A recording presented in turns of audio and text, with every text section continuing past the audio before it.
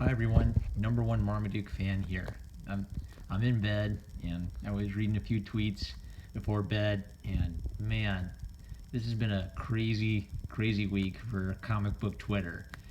I I'm not going to comment about it because there's multiple controversies involving multiple people I follow. I can't even follow most of the conversations because some of them have been deleted. So uh, I hate Twitter drama, and I know I've kind of used Twitter and I've posted a few memes on Twitter, had a little fun, but man, this kick seeing all that kicked my butt a little bit. So then I grabbed these books. I was always thinking about making a video about these, and I feel like I ought to talk. This is a good time for me to talk about them. I have mentioned Z the Space Girl before as a good comic.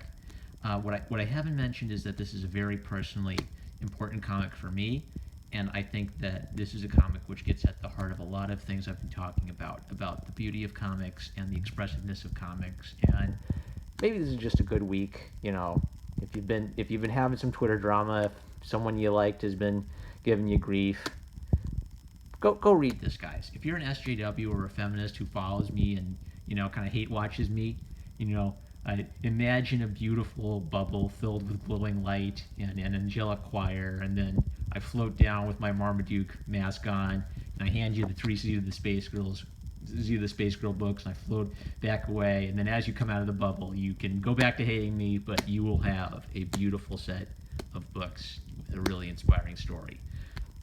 Kind of as I look back, the reason I haven't made a video about these is everything I've talked about, every video I've talked about, it's relevant to things about this book. So I'd look at Zita and I'd say, well, should I do a video about the art style? Well, or should I do a video about feminism? Should I do a video about pacing? And it's all relevant to it because these are three solid books. So this is probably the highest recommendation I can give, along with the high recommendation I gave to Don Rose's Scrooge McDuck, because this is an example of an artist who's passionate, and he's not as well known as some of the artists I've talked about, which is another reason I've kind of hesitated to talk about him. Is it almost feels like I'm taking so pure and beautiful, and I don't want to muck it up with my personal politics or the politics of what's been going on. So just take a politics break this week and go read Z the Space Girl books. Okay, the next two are good. So Let me talk a bit about, just really briefly, about my personal story of why I love this book, so I can kind of get my personal subjective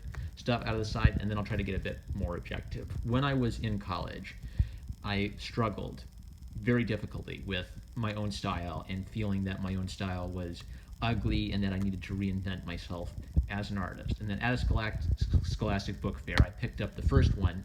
This is the first seed of the Space Girl volume for $5. I read it in one day, and I read it again. And I wrote Ben Hatke an email telling him how beautiful I found it, and how this, while I was essentially in a tough time artistically, doubting myself, seeing what he did in this book renewed my vigor. I've talked about my teachers.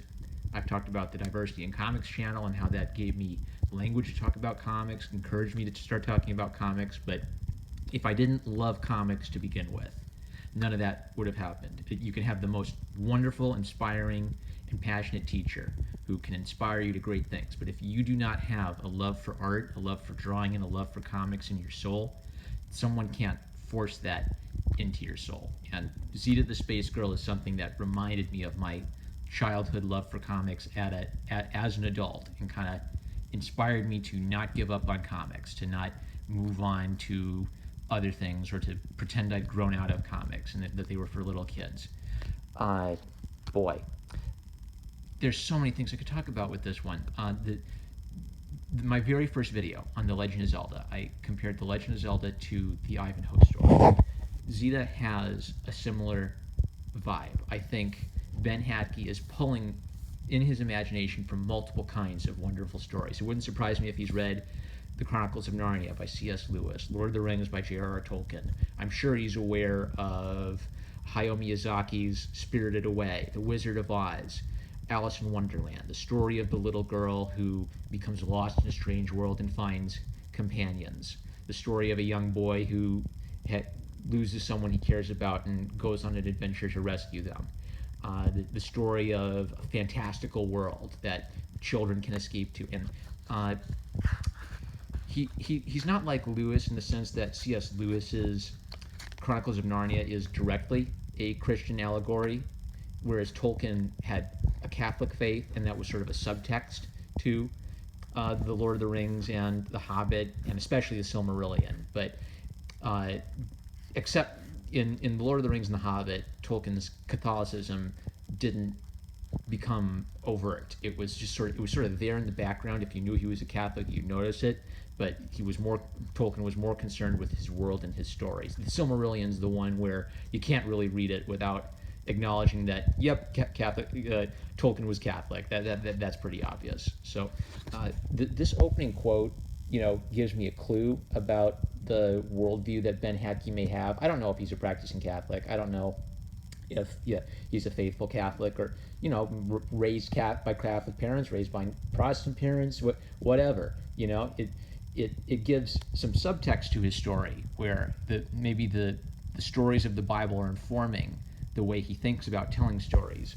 But this isn't a allegory that hits you over the head with a really obvious interpretation and no other interpretation. This is a genuine story. And I just want to talk to you about the introduction, because if I go on too long, I could talk about it all night, everything I'm loving on every page. But I just want to talk about the introduction, make some observations, and then highly encourage you to have this in your library. If you are a person who loves the medium of comics, have this in your library. If you are a person who loves simple, heroic stories with kind of pure, heroic ideas of good and evil, you should have this story. If you're someone who loves the kind of books I've been talking about, you should have this story. If you're someone who wants to get kids interested in comics, give little boys and girls copies of this comic. Because I believe Zeta the Space Girl represents something that kind of transcends the sort of, anti-SJW, SJWs, MGTOWs, MRAs, feminists, Republicans, Democrats. This is a story, I think. I'd want little kids to read this story. If you asked me to pay millions of dollars to give every kid a copy of Zeta the Space Girl and I knew they'd read it, I'd want them to read it, to have this shared experience. This is really high praise coming from me, which is my kind of personal subjective opinion. I click with the artist so much. So I hope I haven't overhyped it. I've pretty much called it one of the greatest comics ever written, and I sincerely believe that. So maybe I've overhyped it, but now that I've kind of given you my subjective opinion, now I want to talk about some objective qualities that I'm seeing just in the introduction. So, man, this is my childhood, these big open green spaces. Okay. Opening establishing shot. Enter dramatis personae. Zeta, Joseph. Zeta is immediately established as a young lady with a psychology. She's not just she's not just Link from The Legend of Zelda, but as a girl instead of a boy. Joseph isn't just like a damsel in distress, but as a boy instead of a girl. They are particular types of children with a particular emotional psychology, and this is expressed subtly through what they do. So she climbs down into the meteor and looks at what's inside it, and she thinks about pressing the button. And look at that. One panel, no words. I almost know everything I need to know about these two. Joseph is nervous, he's trepidatious. Zeta, she has that kind of half smile, but it's not a wicked sneer. It's not like she's an evil person who can't empathize with people. She's mischievous. She's kind of a smart aleck little kid. She's tomboyish, but she is a girl, and that is a consistent theme throughout this book. And then, it builds. So, the idea continues. Joseph becomes more exasperated. Zeta becomes more teasing, more mischievous.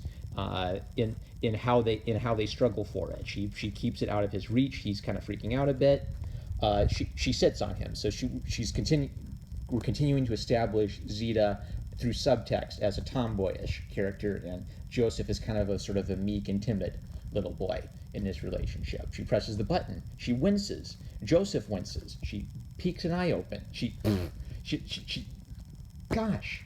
Okay, that I was talking about Batman Beyond and how I thought there were some weird pacing moments where it felt like something was missed, that something like the character would be angry at Batman for 1 second, and then she'd be hugging him the next second. And I thought, well, what happened between those 2 seconds? How do you go from hating someone and blaming them for killing your mother to embracing them instantly? And this is hitting every expression that you need to see to understand this. And this opening chapter, I think, is even a little rougher than his style in the remainder of the books. Like I've talked before, I love seeing an artist evolve, and comparing this with the style of his earlier work for a webcomic, this is so much more expressive and so much more dynamic than his webcomic art. And I think he kept pushing himself. He kept pushing to greater and greater lengths within this book and then with each subsequent book, so that I already think that this first book is beautiful. I think that by the end he's pushed himself to creating a style, which is the Hatke style. The Hatke style, I think, is taking a tradition, the Bill Watterson, Jeff Smith, Walt Kelly, the creator of Pogo, that tradition of kind of really appealing, really well-drawn cartoon characters with really strong empathy and emotion. But he adds a expressiveness and a looseness in his inking and his line work that gives it a bit more warmth, a little bit more movement, makes it a little bit more action adventure-y. And that Hatke is the person who I've seen, is the only person who I've seen facilitate those qualities into one style in quite the way he's done it. I mean, sure, you could probably find cartoony artists who have expressive line work, but I know the Hatke style the second I see it, because he's such a dedicated and passionate person. He has imaginative force, similar to what I talked about with Dawn Rosa, but maybe even a more beautiful style to look at than Dawn Rosa. She continues pressing the button, something appears, shock. First time we see shock on Zita's face. This opens, something grabs Joseph, help, he's in. Okay, so an inciting incident. Joseph is kidnapped. What's she gonna do? This is good pacing. It's not dinking around too long. The first pages we're establishing where we are, who Zita and Joseph are, what their relationship is like in just a few silent interactions, and then boom, big thing happens. And now this is a theme which runs throughout all three books, and it's established here in the first chapter. She drops it, she's gasped, she utter fear, she thinks, she's turning around, and she runs. She abandons her friend. She hides in the woods. There's kind of nature shots establishing where she is. She's overwhelmed. She can't believe what she's seeing. She thinks. She turns back. She walks, and this isn't exasperation. This isn't overdone. It's just a simple, sad expression. She's resigned. She presses the button, and she goes in. This is a great opening chapter, and it's even more meaningful after you've read the 2 volumes following, because you see this character go on a journey, and her journey is subtle. Her journey is internal. You see her in, like, Hatke doesn't make use of thought bubbles, and he doesn't need to. His pictures tell you what she's thinking. And boy, I've talked about universal kind of beautiful stories of heroism a lot.